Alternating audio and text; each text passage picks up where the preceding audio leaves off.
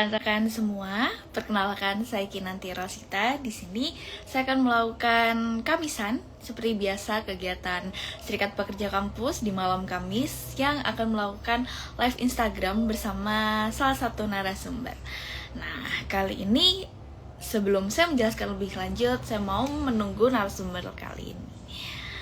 Oke, teman-teman semua, jadi pada malam ini saya akan menjelaskan dan berbincang-bincang kepada Mas Azim. Nah, sambil menunggu Mas Azim datang, sebentar saya cek dulu.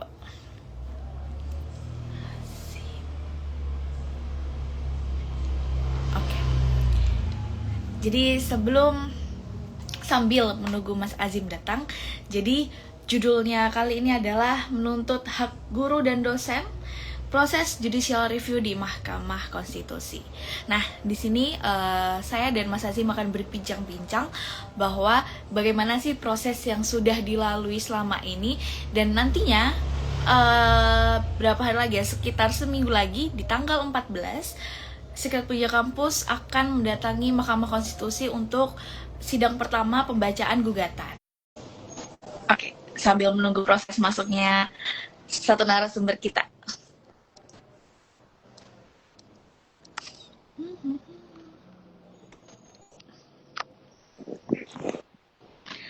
Selamat malam Mas Azim. Malam, kedengaran nggak suaranya? Aman-aman. Jadi udah aman nih ya, sama-sama aman. Oke, rekan-rekan semua, jadi Mas Azim sudah datang.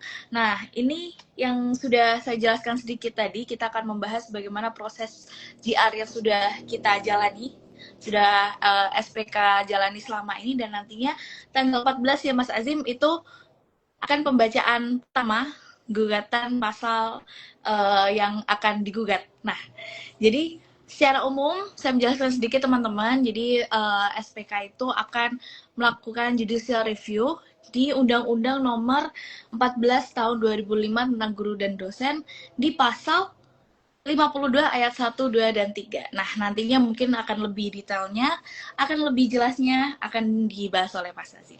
Nah, sebelum lebih lanjut nih Mas Azim, boleh nggak cerita soal latar belakang kenapa akhirnya SPK ini melakukan keputusan, oke, kita akan JR pasal ini, gitu. Sebenarnya rencana judicial review ini udah dari 2023. Jadi Hmm, kita kan banyak keluhan nih, kok gaji dosen di bawah UMR sih, kok bisa gitu. Jadi sebenarnya nggak cuma guru, nggak cuma dosen, guru juga. Guru dosen kenapa gajinya di bawah UMR?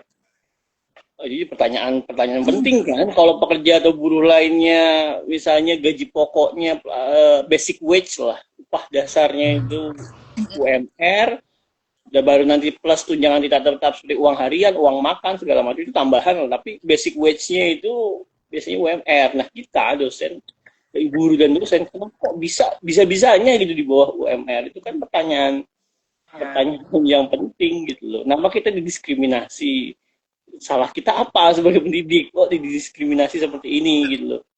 Nah ini yang jadi jadi kajian mendalam sejak 2023 ini. Nah ketika dikaji ternyata akar masalahnya ada di pasal 52 itu, ada di undang-undang guru dosen. Kalau dosen di oke. pasal 52, kalau guru di pasal lain. Jadi pasalnya ada pasal kembar nih. Guru berhak gaji bla bla bla, dosen berhak gaji bla bla bla. Nah, yang pasal guru di pasal lain dan dosen di pasal 52. Nah, ini yang Oke. kita uji. Jadi memang latar belakangnya karena ya ini udah fakta yang di banyak tempat gitu di Indonesia itu. Ada pendidik gaji di bawah UMR, udah kita selesaikan aja lah biar nggak ada lagi gitu loh. Harus ada Hmm, kepastian hukum lah, minimal kepastian hukum deh itu. oke. Eh, Kalau gitu, boleh gak Mas? Sebenarnya isi dari pasal itu tuh apa yang perlu diubah? Entah tujuan utama kita minimal harus sekian UMR atau seperti apa? Jadi kalau kita buka itu undang-undangnya ya. Undang-undang guru dosen itu kalau misalnya pasal 52 ada ayat 1, ayat 2 dan ayat 3. Nah, kita uji tiga-tiganya nih, 3 ayat ini. Jadi di Undang-Undang 14 tahun 2005 bunyinya pasal 52 ayat 1. Ini untuk dosen dulu ya. Untuk dosen ini Iya. pasal 52 ayat 1, penghasilan di atas kebutuhan hidup minimum sebagaimana dimaksud dalam pasal 51 ayat 1 huruf A meliputi gaji pokok, tunjangan yang melekat pada gaji, serta penghasilan lain yang berupa tunjangan profesi, tunjangan fungsional, tunjangan khusus, tunjangan kehormatan, serta masalah tambahan yang terkait tugas sebagai dosen. Nah, ini kan implementasi dari hak untuk memperoleh penghasilan di atas kebutuhan hidup minimum. Nah, yang jadi persoalan pertama ya. Jadi pasal 51-nya bilang dosen berhak atas penghasilan di atas kebutuhan hidup minimum. Oke. Pasal 51. Kalau kalau guru itu di pasal 14. Di pasal 14 guru berhak memperoleh penghasilan di atas kebutuhan hidup. Ini sama nih, cuma beda kata aja, guru diganti dosen gitu. Ini kembar, ini pasal kembar. Kalau kami kemarin kajian menyebut ada pasal kembar antara guru dan dosen. Pasal 14 terkait hak dan 15 soal gajinya, parameter gajinya, gaji upahnya. Kalau di dosen pasal 51 dan pasal 52. Oke ya, 14 15 ketemu 52 ini pasal kembar. Nah, di pasal 52 yang kita uji itu, kita mempersoalkan parameternya pertama. Parameter kebutuhan hidup minimum, upah layaknya itu disebutkan kebutuhan hidup minimum. Pertanyaan dasarnya, kebutuhan minimum itu apa? Apa itu kebutuhan minimum? Angkanya berapa deh? Contoh misalnya, ada orang ngajar di Jakarta, pendidik, guru atau dosen. Oke, kebutuhan hidup minimumnya berapa di Jakarta? Apa itu kebutuhan hidup minimum? Angkanya berapa? Mana? Angka kebutuhan hidup minimum ada di mana? Ini bisa dilihat di mana? Ada nggak? Nggak ada. Ya, Ada. kebutuhan hidup minimum itu istilah yang digunakan sebelum tahun 2006, sebenarnya sebelum tahun 2005, 2005, 2006. Dulu ada namanya KHM, kebutuhan hidup minimum, isinya itu harga harga harga pangan, sandang dan perumahan plus pendidikan dan kesehatan lah yang disurvei tiap tahun. Jadi gini kebutuhan hidup minimum nih. 2006 berubah jadi KHL, kebutuhan hidup layak. Oke, instrumennya. Artinya itu udah hilang dong. Nah, dari 2006 sampai 2015 KHL jadi parameter survei, ada surveinya. Tapi saat 2015 KHL itu udah nggak ada lagi surveinya. Kenapa? Karena kan survei kebutuhan hidup itu untuk menetapkan upah minimum. Kebutuhan hidupnya berapa? Upah minimumnya berapa? Misalnya kebutuhan hidup di Jakarta 2 juta. Oh, oke. Upah minimumnya 2.200.000 ya, lebih tinggi nih sedikit karena plus inflasi, angka inflasi 10% misalnya. Nah, ketika tahun 2015 udah nggak ada lagi KHL karena perhitungan apa namanya kenaikan upah minimum tiap tahunnya pakai formula ekonomi. Ya, entah pakai rumus, itu berubah-berubah nih. Pertama 2015 tuh pakai rumus pertumbuhan ekonomi plus inflasi. Nah, kemudian berubah lagi nih. Ya, 2021 berubah. Ada namanya penyerapan tenaga kerja, ada variabel baru. 2023 berubah lagi, ada variabel lain lagi namanya variabel alfa, ya. Oke, alfa. Jadi variabel alfa ditetapkan 0,1 sampai 0,3 kali pertumbuhan ekonomi segala macam. Artinya KHL itu nggak ada. Jadi berapa nilai KHL KHM itu sejak 2015 terakhir survei itu nggak ada. Dijadwalkan sebenarnya harusnya ada 2020 tapi COVID dengan undang-undang Ciptaker muncul malah makin nggak ada lagi di 2020. Jadi pertanyaannya kita tuh kehilangan parameter. Itu satu ya persoalannya. Parameter upah layak. Kalau masih disebutkan penghasilan di atas hak kita ada penghasilan di atas kebutuhan hidup minimum. Kebutuhan hidup minimum itu berapa?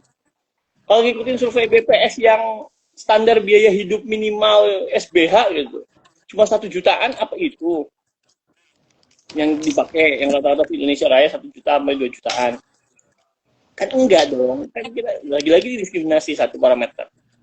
Yang kedua, masalah kedua selain parameter, ini yang memenuhi upah layak itu apa? Di pasal 51 ya, penghasilan di atas kebutuhan hidup minimum meliputi gaji pokok, tunjangan melekat pada gaji, serta penghasilan lain berupa tunjangan profesi, tunjangan fungsional, tunjangan khusus, tunjangan kehormatan, serta masalah tambahan. Nah, ini di masalah nih. Kalau pekerja atau buruh umumnya, dia udah kerja berapa upahnya? 5.600.000 per bulan dari sesuai UMR. Udah bulannya segitu 5.600.000. Sementara jadi untuk kualifikasi upah layaknya, ya udah upah dasarnya berapa? Itu yang harusnya dihitung. Nah, kalau guru dan dosen untuk mencapai upah layaknya, jadi dihitung lagi pakai gaji pokok plus tunjangan profesi plus tunjangan fungsional, tunjangan khusus, yang mana ini kita nggak semua berhak gitu. Ada syarat administratifnya. Contoh misalnya, kalau misalnya mau dapat tunjangan profesi, guru atau dosen harus sertifikasi dulu. Yang belum sertifikasi nggak dapat dong. Ya kan? Iya. Kalau misalnya angka upah layaknya termasuk tunjangan profesi, berarti yang nggak dapat tunjangan profesi nggak bisa dapat upah layak. Gitu. Satu. Harusnya basic wage dong. Upah minimum itu basic wage. Upah dasarnya dulu, gaji pokoknya dulu.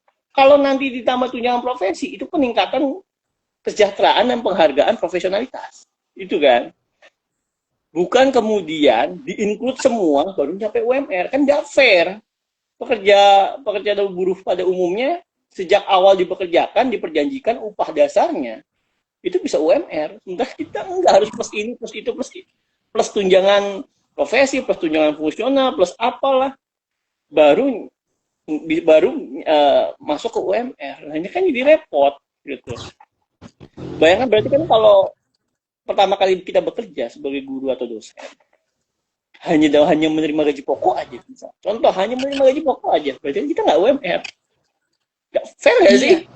Nggak fair kan? Kita harus berjuang dulu dapat sertifikasi dosen, baru penghasilan kita baru bisa nyampe UMR atau baru bisa melampauinya gitu loh, bisa lebih.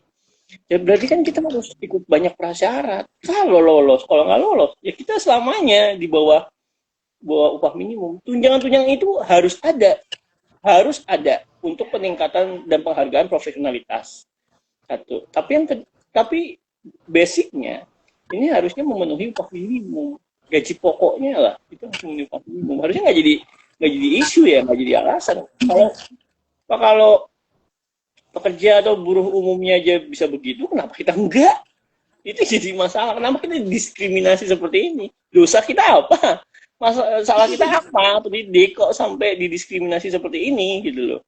Ini yang jadi persoalan. Kalau kita misalnya mau nuntut gaji pokok, kita harus UMR. Katakan misalnya kita pendidik swasta deh, guru di sekolah swasta atau dosen di perguruan tinggi swasta, mau menuntut gaji pokok harus UMR. Katakan maju ke pengadilan, dia akan mental gitu loh. Hakim akan bilang, loh enggak, undang-undang guru dosen mengecualikan guru dan dosen untuk dapat UMR. Kenapa? Karena pasal 52 di undang-undang untuk dosen menyebutkan untuk mencapai upah layak nggak bisa gapok doang, harus plus ini plus itu, harus dihitung. Kan repot ya toh.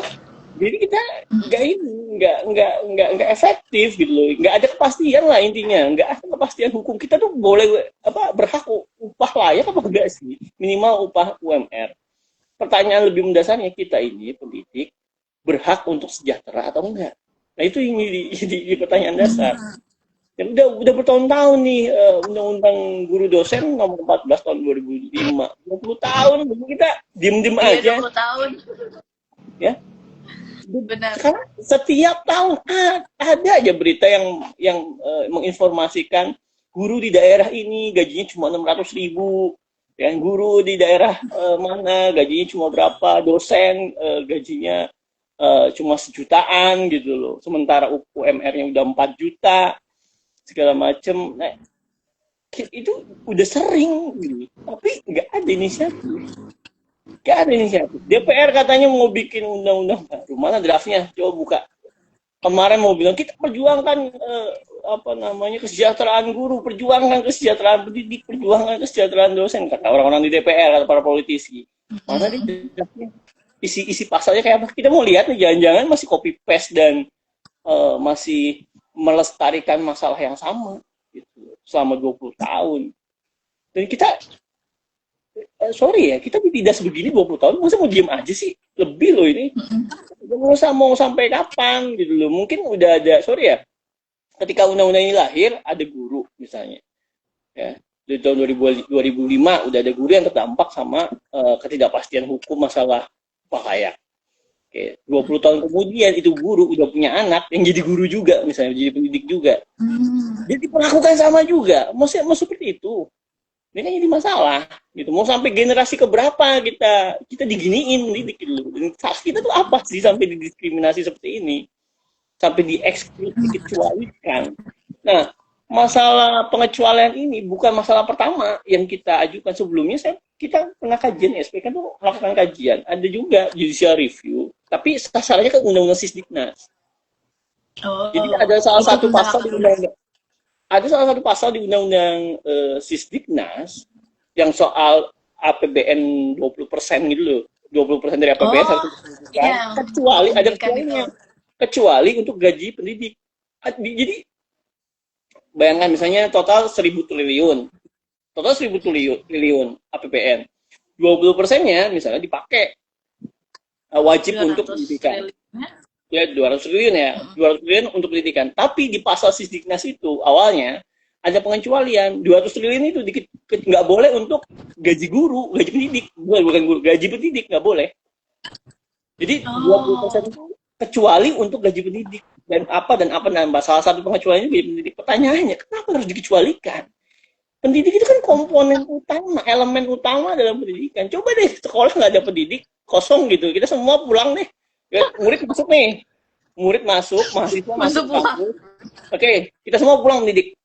Jalan nggak pendidikan? Nggak jalan kan? Enggak. Bisa nggak pendidikan jalan tanpa mendidik? Nggak bisa toh. Nah, kenapa kita dikecualikan? Sekali lagi, salah kita apa? Salah kita apa sampai kita didiskriminasi seperti ini? Gitu. Itu udah ada yang pernah judicial review soal undang-undang menang di MK, itu dikabulkan. Jadi nggak boleh lagi dikecualikan. Pendidik itu untuk dapat dari pos APBN 20% itu. Nah, itu jadi kita kenapa kok ini pertanyaannya kenapa kita diskriminasi seperti ini? Apa karena kita terlalu baik gitu loh? Oh, pendidik itu kan orangnya baik-baik gitu loh, orangnya ikhlas, lillahi ta'ala. Iya, soalnya kan kalau pendidikan juga jasa tuh harus ikhlas, terus guru tanpa tanda jasa. Kita udah dicokokin segitu banyak narasi-narasi kan. Nah, sebenarnya kalau mau saya lurusin lagi nih tentang undang-undang guru dan dosen ini. Dari ketidakpastian semua itu, dari SPK tuh yang diperjuangkan dan diubah pasalnya tuh seperti apa dan tuh penjelasan dari yang sebelumnya tuh gimana tuh, Mas? Kalau kami sih nggak muluk-muluk ya, kayak kita ingin MK mengikat ya di pasal 52 itu bahwa gaji pokok yang kan ada kata gaji pokok tuh di pasal 52. Yeah. Kami ingin gaji pokok itu ditafsirkan tidak boleh kurang dari UMR.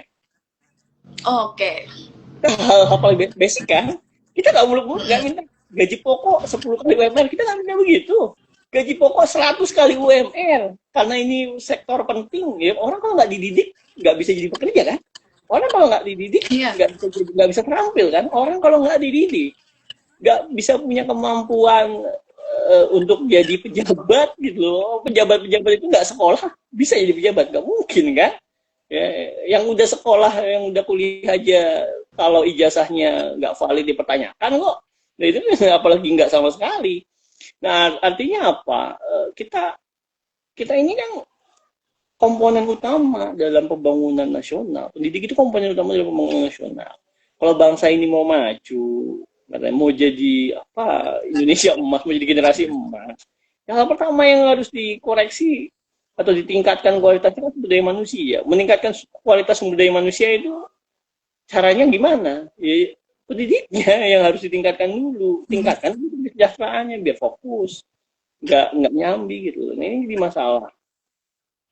Ya jadi kita nggak muluk-muluk lah, nggak minta kayak waktu jangannya harus sama menteri gitu. Hakim minta gaji 3 kali lipat, hakim kan naik gaji berapa kali lipat? 2 kali, 3 kali. Hakim minta naik gaji 2 kali, 3 kali. Kita nggak muluk-muluk ya Allah. Kita cuma minta udahlah kasih kepastian hukum gaji pokok kami pendidik itu. minimal UMR. Lebih boleh, kurang jangan, gitu kan. Lebih dari UMR boleh, kurang jangan. Kita nggak muluk-muluk loh, hakim 2 kali minta naik gaji, 2 kali, 3 kali sampai mogok. Kita sampai menuntut mogok nggak? Enggak. Kurang baik apa kita? Apa karena kita terlalu baik maka kita ditindas? Kan nggak begitu dong cara cara cara cara mainnya. Jangan begitulah. Mentang-mentang kita ini banyak pejuang yang peduli sama orang, peduli sama anak didik, peduli sama mahasiswa, peduli sama murid, gitu kan? Murid murid kurang apa kadang dibantu guru gitu kan. Murid misalnya dari keluarga miskin nggak punya buku, kadang guru patungan, gitu. Saya ada cerita juga mahasiswa misalnya ada musibah, itu orang tuanya meninggal, terus kemudian dosen mencarikan beasiswa, itu kan kita kita maksudnya apa yang dilakukan teman-teman pendidik itu memang jiwa sosialnya tinggi, tapi karena memang sangat baik sifat-sifat dasar dari para pendidik ini, jangan dimanfaatkan dan ditindas seperti itu, gitu loh. Udah, kita kan nggak muluk deh, gak kayak hakim minta 2 kali, 3 kali. Kita sederhana, kita cuma pengen sejahtera, kita nggak main kaya, kita pengen sejahtera. Ketika kita bekerja mendidik, ketika kita bekerja untuk mencerdaskan kehidupan bangsa, keluarga di rumah bisa hidup layak gitu dari penghasilan kita. Itu kan yang sederhana, kok kita nggak muluk gitu, nggak minta 2 kali lipat, naik 3 kali lipat, enggak, kita nggak minta itu. Kita minta nggak boleh ada lagi pendidik di negeri ini yang gaji pokoknya di bawah UMR. Titik, itu nggak negosiable. Oke, itu secara substansinya Mas. Jadi SPK yang dituntut itu. Nah, kalau berbicara soal proses judicial review nih, tadi kan sudah sempat dibahas. Sebenarnya obrolan ini diskusinya sudah mulai 2023. Nah, bagaimana sih proses itu berjalan dan hingga akhirnya pada tanggal berapa juga kita mengirimkan naskah itu ke MK dan SPK bekerja sama dengan siapa? Boleh diceritain Mas Azim?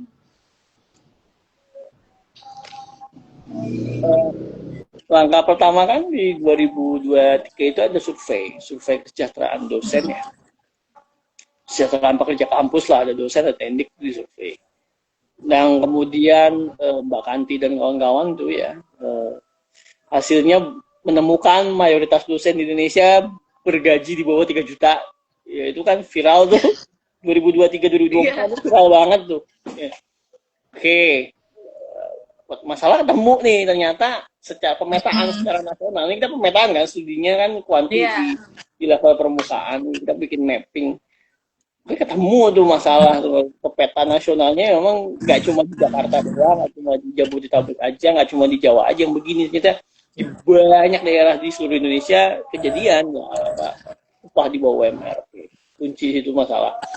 Langkah selanjutnya adalah akarnya di mana dicari nih. Akarnya apakah ini masalah kasuistik, gaji di bawah UMR? Kasuistik artinya karena kampusnya nakal gitu, karena sekolahnya nakal, nggak mau ngasih gaji pendidik UMR. Apakah masalah kasuistik? Kalau kasuistik kok masif ya? Jadi kita gitu. Kalau masalahnya kasuistik hanya di sekolah tertentu, kampus tertentu yang nggak bayar upah, kenapa kok masif ya di hampir di seluruh Indonesia, wilayah Indonesia ada banyak. Berarti kan ini masalah sistemik. Oke, kalau masalah sistemik masif, akarnya di mana? Dicari lagi dah, cari lagi akarnya. Sistemik ini masalahnya di mana? Bongkarlah kita putusan-putusan pengadilan, kajian. Ada beberapa putusan pengadilan yang memang beberapa yang PHI misalnya, pengadilan hubungan industrial, yang ketika guru atau dosen menuntut upah di bawah UMR, mentok nih, ada pengecualian. Misalnya ketika minta gaji pokoknya harusnya UMR, gitu, dihitung UMR. Biasanya gini, sekali lagi ya, karena guru dan dosen tuh kadang terlalu baik, mereka tuh baru menuntut ke pengadilan. Ini beberapa case yang kita kumpulin putusannya. Mereka, para pendidik ini baru ke pengadilan kalau dia udah di PHK, udah diputus. Jadi selama kerja misalnya 20 tahun kerja nih, upahnya di bawah UMR, dia diem aja. Tapi begitu menerima dipecat sepihak, di PHK sepihak, entah karena ada konflik atau apa, dihakimi apalagi segala macam, baru dia marahnya itu baru dibawa ke pengadilan. Ini kebanyakan nih Kak Kes, udah di PHK baru dibawa ke pengadilan. gitu loh. Baru baru dia ketika masuk ke pengadilan hubungan industrial baru dituntut lah upah selama bekerja ini kok di bawah UMR. Gitu. Satu. Yang kedua, ketika upah di bawah UMR, gaji pokoknya di bawah UMR, perhitungan pesangonnya kan juga mengacu dengan angka yang di bawah UMR. Kan pesangon, uang penghargaan masa kerja ketika PHK itu dihitung dari gaji basic wage, ya, gaji pokok atau gaji pokok yang tetap. Nah, kalau basic wage-nya itu di bawah UMR, upah bulanannya di bawah UMR, berarti hitungan pesangon dan uang penghargaan masa kerja juga di bawah UMR. Jadi masalah. Barulah itu diminta untuk dinaikin.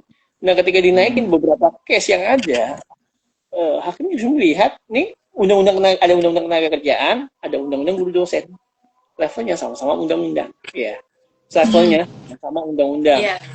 Oke, yang satu bilang nggak boleh ada upah di bawah UMR nih undang-undang tenaga kerjaan. Yang satu punya tafsir beda nih undang-undang guru dosen. Kalau namanya upah guru dan dosen bukan UMR parameternya satu tadi kebutuhan hidup minimum. Apa itu kebutuhan hidup minimum nggak tahu, itu gaib hari ini.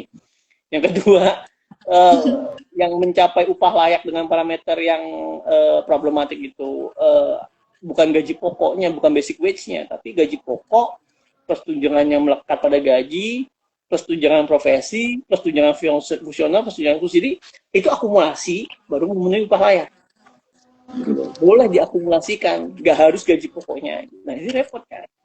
Artinya punya dua meter. Kenapa kita didiskriminasi semacam itu? Nah itu yang akhirnya berarti memang ini undang-undangnya yang menghadirkan diskriminasi dan ketidakpastian hukum secara sistemik, secara masif di level nasional.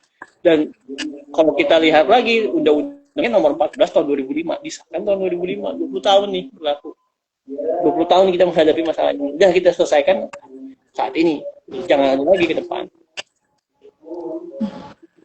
Oke, nah terus kita mulai untuk benar-benar serius melakukan draft ini kan itu di tahun kemarin ya Mas, 2025.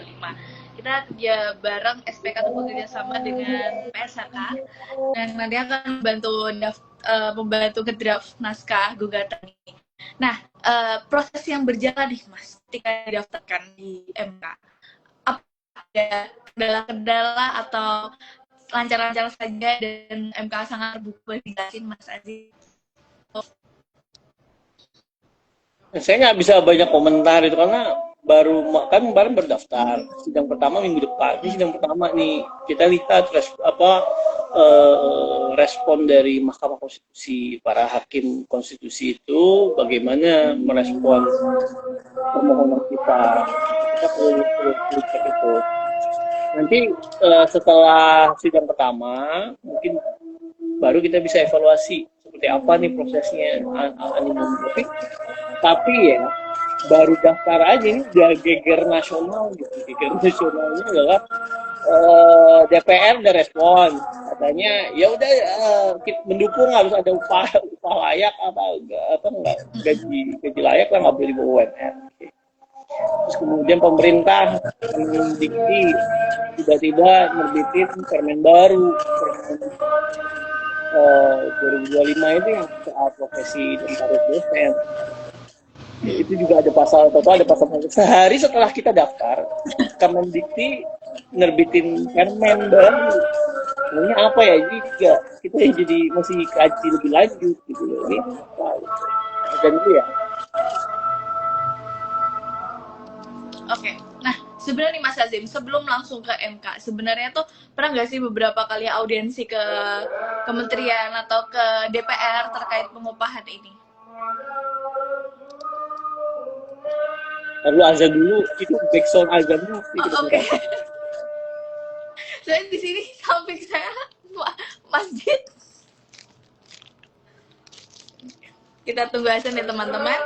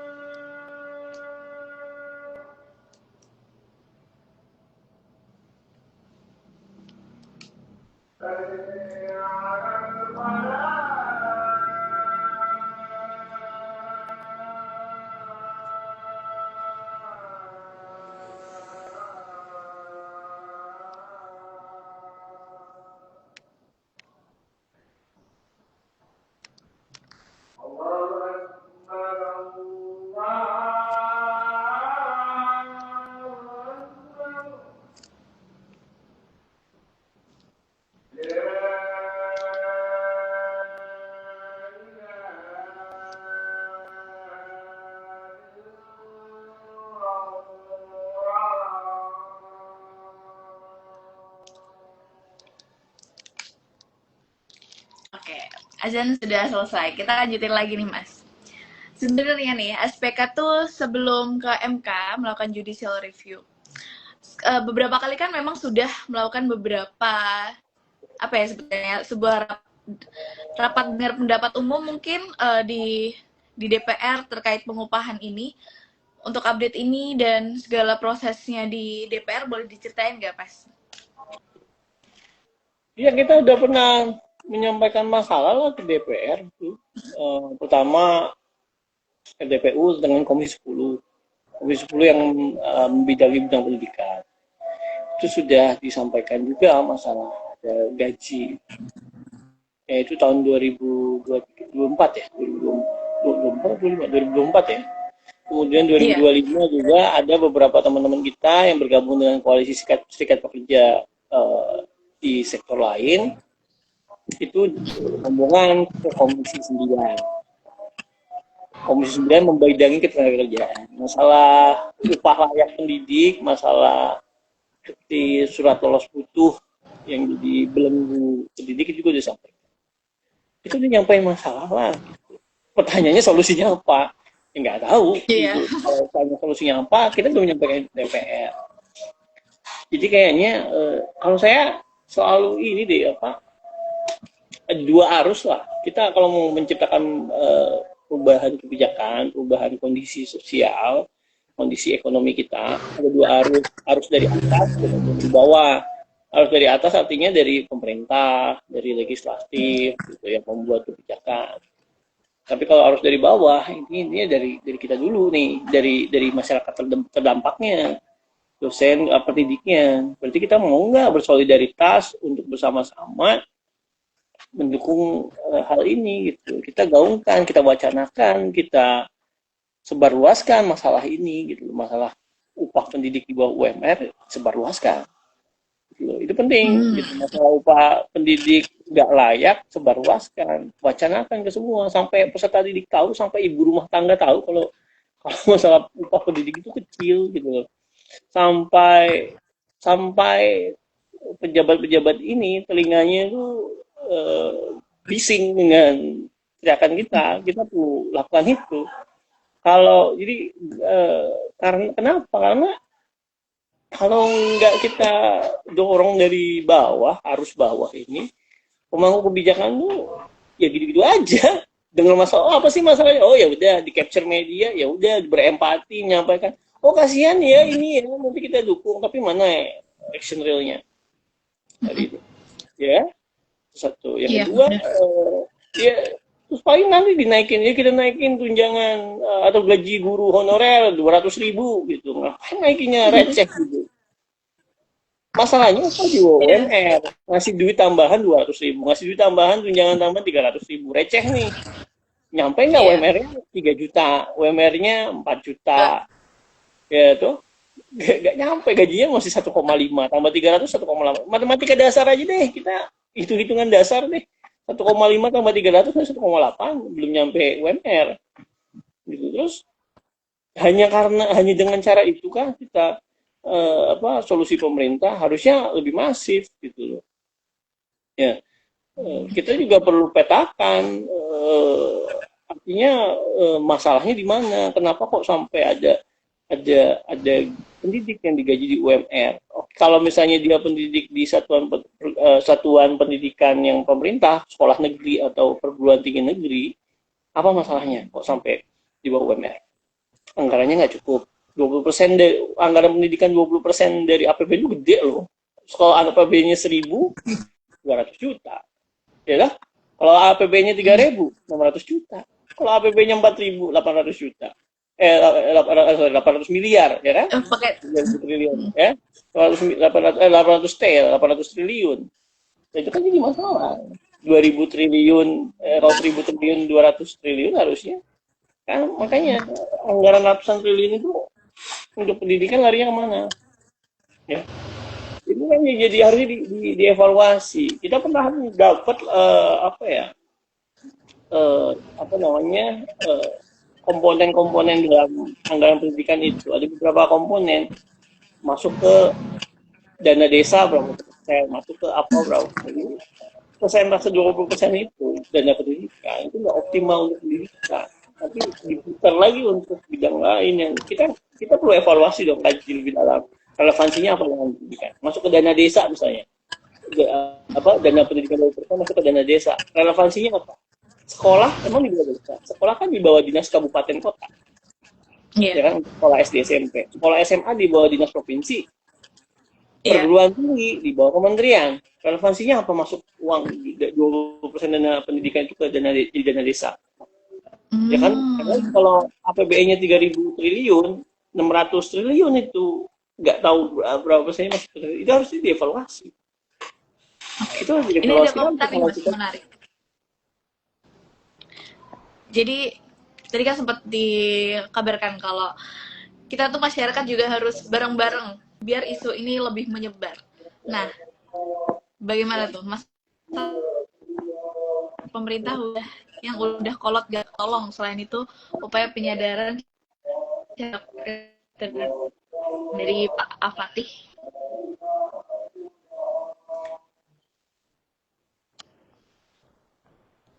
Oke, masalah pemerintah ya, berarti nggak bisa diharapin lah ya pemerintah ya, satu. Yang kedua, berharap sama masyarakat. Masyarakat mau peduli nggak? Nah, bagaimana cara menyadarkan masyarakat secara kolektif, gitu ya? Tapi ya, masyarakat Indonesia literasinya, tingkat literasi kan udah kemarin hasil TKA ya, apa sih, tes kemampuan akademik yang SMA itu kita kaget banget, matematika 36, 50. Benar. Jadi pertanyaannya ya, kalau kita kasih tahu gaji kita segini, bisa ngitung, mudah-mudahan bisa ngitung ya masyarakat ya. Kita berharap lah dengan hal yang cara paling sederhana, hitungan yang paling sederhana bisa digambarkan. Gaji dosen, gaji pendidik minim, padahal potensi untuk pembayarannya ada sekian. Seperti tadi itu hitung-hitungan dari APBN 20%, kalau APBN-nya 3.000 triliun, 600 lah seenggaknya. Itu kan hal paling basic hitung-hitungannya. Jadi kita harus bisa menyadarkan ke masyarakat bahwa ini masalah serius, gitu loh. Anak Anda sekolah gitu, paham nggak bahwa dari dulu gaji guru dan pendidik saat Anda sekolah itu di bawah UMR? Nggak kasihan nggak sama mereka? Kan gitu kan pertanyaan pertamanya. Nggak kasihan nggak sama guru-guru yang dulu mendidik Anda untuk membaca, menulis, dan berhitung, ternyata upahnya rendah, di bawah upah layak?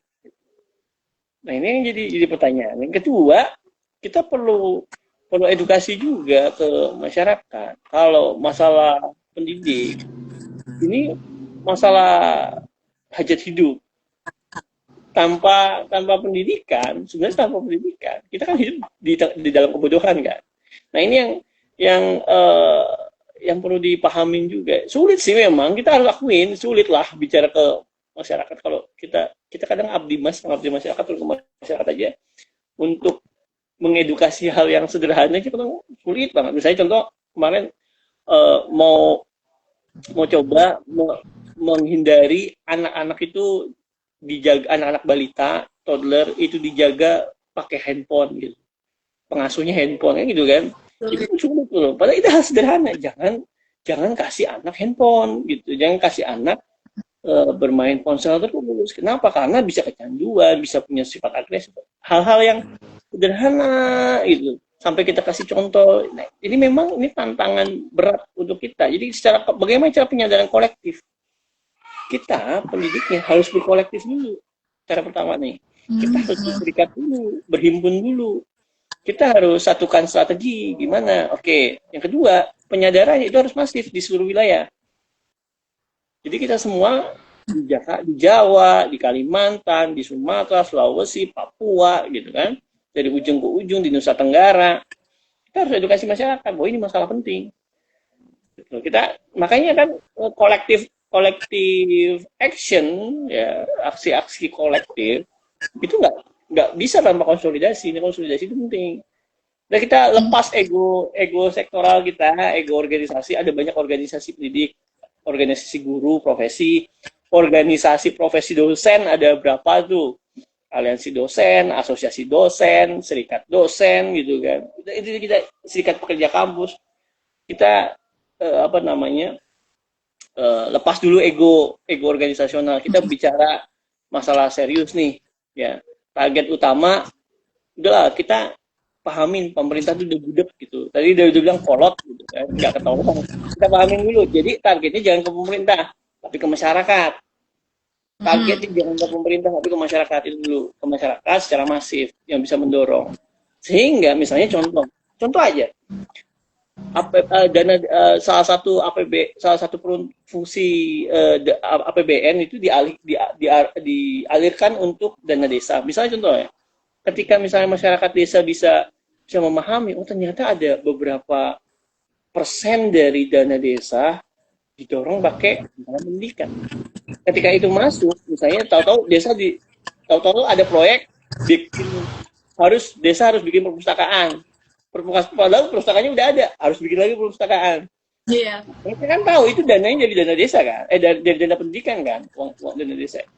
Kalau ini bisa teredukasi bahwa itu mendingan buat guru dan dosen deh, buat para pendidik nih, mereka gaji masih kecil. Dana itu bisa ditolak, dibalikin. Kalau ini bisa masif, ada pengembalian masif dari dana desa, misalnya contoh lah, ada pengembalian masif lah dari dana desa untuk dikembalikan jadi untuk ditolak digunakan karena lebih penting upah gaji pendidik, ini kan luar biasa. Gitu, satu. Yang kedua misalnya, contoh kita edukasi lah. Kita tahu lah di beberapa daerah ada oknum-oknum, kita sebutnya oknum lah, yang suka utak-atik dana pendidikan, bantuan operasional sekolah misalnya, diperuntukkannya untuk hal yang di luar itu, tapi dikolek tuh. Contoh ya, misalnya kejadian saya lupa di kabupaten mana, bantuan operasional sekolah itu digunakan untuk nonton konser, beli tiket konser. Itu ada tuh beli tiket konser obrolan tuh, disuruh dari pejabat dinas pendidikannya atau apa. Kalau itu sudah ramai ditolak, tolong jangan dong. Ada guru honorer yang lebih membutuhkan, ya. Ada guru honorer yang gajinya masih di bawah UMR, janganlah gitu loh. Ada banyak pendidik di wilayah lain yang gajinya masih rendah di bawah UMR, balikan itu. Kalau kita bisa punya kesadaran sampai level itu, ini kan luar biasa. MBG misalnya dibagiin, ya diambil nggak itu dana pendidikan untuk MBG? Kalau masyarakat teredukasi, begitu setiap kali makan sesuap MBG, dia kan mikir, ini diambil dari dana pendidikan nggak ya? Jangan-jangan dana pendidikannya harusnya bisa buat naikin gaji guru yang cuma ratusan ribu di bawah UMR. Ya, setiap kali makan harusnya kan, ingat dong, ini ada penderitaan orang nih, yang harusnya dana ini bisa untuk mereka. Untuk meningkatkan kesejahteraan mereka. Nah, kalau ini bisa penyadaran kolektif ini bisa berjalan di masyarakat. Ini kan ada dorongan besar nih. Semua uang pendidikan yang dikelola secara serampangan diperuntukkan untuk selain pendidikan yang tidak mengarus utamakan kesejahteraan pendidik. Ini akan di-pull up, gitu. Akan di-pull up. Balikin deh duitnya. Enggak dipaksa nih, harus ada proyek ini, nanti kontraktornya dari ini ya. Enggak, balikin duitnya. Ini kan proses penyadaran kolektif ini penuh, kan ini luar biasa. Nah, yang kedua, yang kemudian aspek yang lainnya, kalau kita penyadaran kolektif itu tinggi, kita bisa capture lebih banyak masalah yang ada di daerah. Misalnya, guru udah 40 tahun mengajar, ternyata gajinya masih ratusan ribu, ya habis ngajar harus ngojek misalnya. Itu kan bisa di capture gitu loh, supaya di setiap daerah kita bisa bisa bisa ada kebijakan yang sifatnya otonomi di setiap daerah. Hmm. Kan setiap daerah, pemerintah daerah punya otonomi bikin kebijakan. Nah, harusnya bisa buat kebijakan untuk peningkatan pendataan pendidik. Sekali lagi, kalau masyarakatnya aware gitu, melihat guru keluar dari sekolah, gerbang sekolah, tahu-tahu pakai jaket ojol, juga harus ngecek, nah itu kan kita harus awareness gitu. Dia masih pakai batik, batik korpri, batik apalah, misalnya batik guru lah, apa segala macam, seragam guru, atau dia bawa jaket ojol gitu. Berarti kan kita harus tanya dong, ini orang udah pakai seragam guru, pakai jaket ojek online, bukan itu halal ya? Maksudnya pekerjaan-pekerjaan itu halal, tapi kan tapi jadi pertanyaannya kan, emang gajinya kurang ya? Itu kan harusnya kita pertanyakan gitu.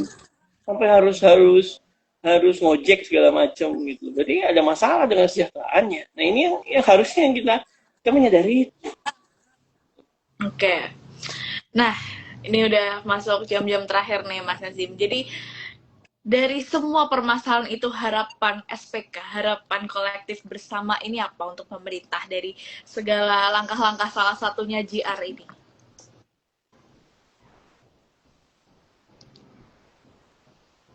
Nah, uh, yang paling dasar ya, gaji pokok pendidik tidak boleh ada yang kurang dari UMR. Lebih boleh, kurang nggak boleh. Itu Oke, itu di garis bawahi. ya. Gaji pokok pendidik, gaji pokok guru dan dosen tidak boleh di bawah UMR. Oke, nah kemudian tunjangan-tunjangan itu satu ya, itu paling basic, nggak negosiable tuh, udah nggak, kita harus sepakati, guru, dosen semua bersatu, tidak boleh menyepakati ada gaji pokok di bawah UMR, mau itu guru negeri, guru swasta, dosen di kampus negeri, dosen kampus swasta, sorry, gaji pokok tidak boleh kurang dari UMR, nggak negosiable itu. Oke, titik, itu harga mati, itu kunci. Yang kedua, tunjangan-tunjangan, tunjangan profesi, tunjangan fungsional, tunjangan berbagai macam tunjangan untuk pendidik, dihitung dari gaji pokok ya, yang sudah di atas UMR, bukan gaji pokok yang di bawah UMR, nggak boleh. Karena gaji pokoknya nanti udah naik, berarti tunjangan-tunjangan harus dihitung dari gaji yang sesuai UMR. Dan Oke. jadi apa namanya? Jadi solusi taktis nih buat kita semua. Tinggal ayo kita mau nggak menyatukan langkah gitu loh. SPK, Serikat Pekerja Kampus sudah mulai. Kita melakukan, udah inisiatif deh, coba deh, udah 20 tahun lebih nih begini, masa mau terus-menerus, undang-undangnya dari 2005 gitu ya kan. Akhirnya 2025 akhir kita ajukan. Saya mohon dukungannya lah untuk kawan-kawan ya, apapun organisasinya yang memang itu menghimpun dan mengorganisir pendidik secara kolektif, mohon bantuannya, bisa mungkin nanti sampaikan pendapatnya juga di MK, bisa juga nanti sampaikan opini publik, dukung kami ya, jangan sampai nggak boleh ada lagi pendidik yang gaji pokoknya di bawah UMR. Titik, oke. Terima kasih banyak Mas Azim. Terima kasih juga rekan-rekan yang turut memberi komentar dan telah menyaksikan bincang-bincang kemisan kali ini. Mohon maaf jika saya yakinan ada salah kata. Dan untuk um, ini masih lanjut ya Mas Azim. Seminggu depan itu adalah sidang pertamanya, jadi tetap ikutin aja segala informasi yang diberikan dari Serikat Pekerja Kampus, dan tentunya berserikat kita kuat. Terima kasih Mas Azim. Oke.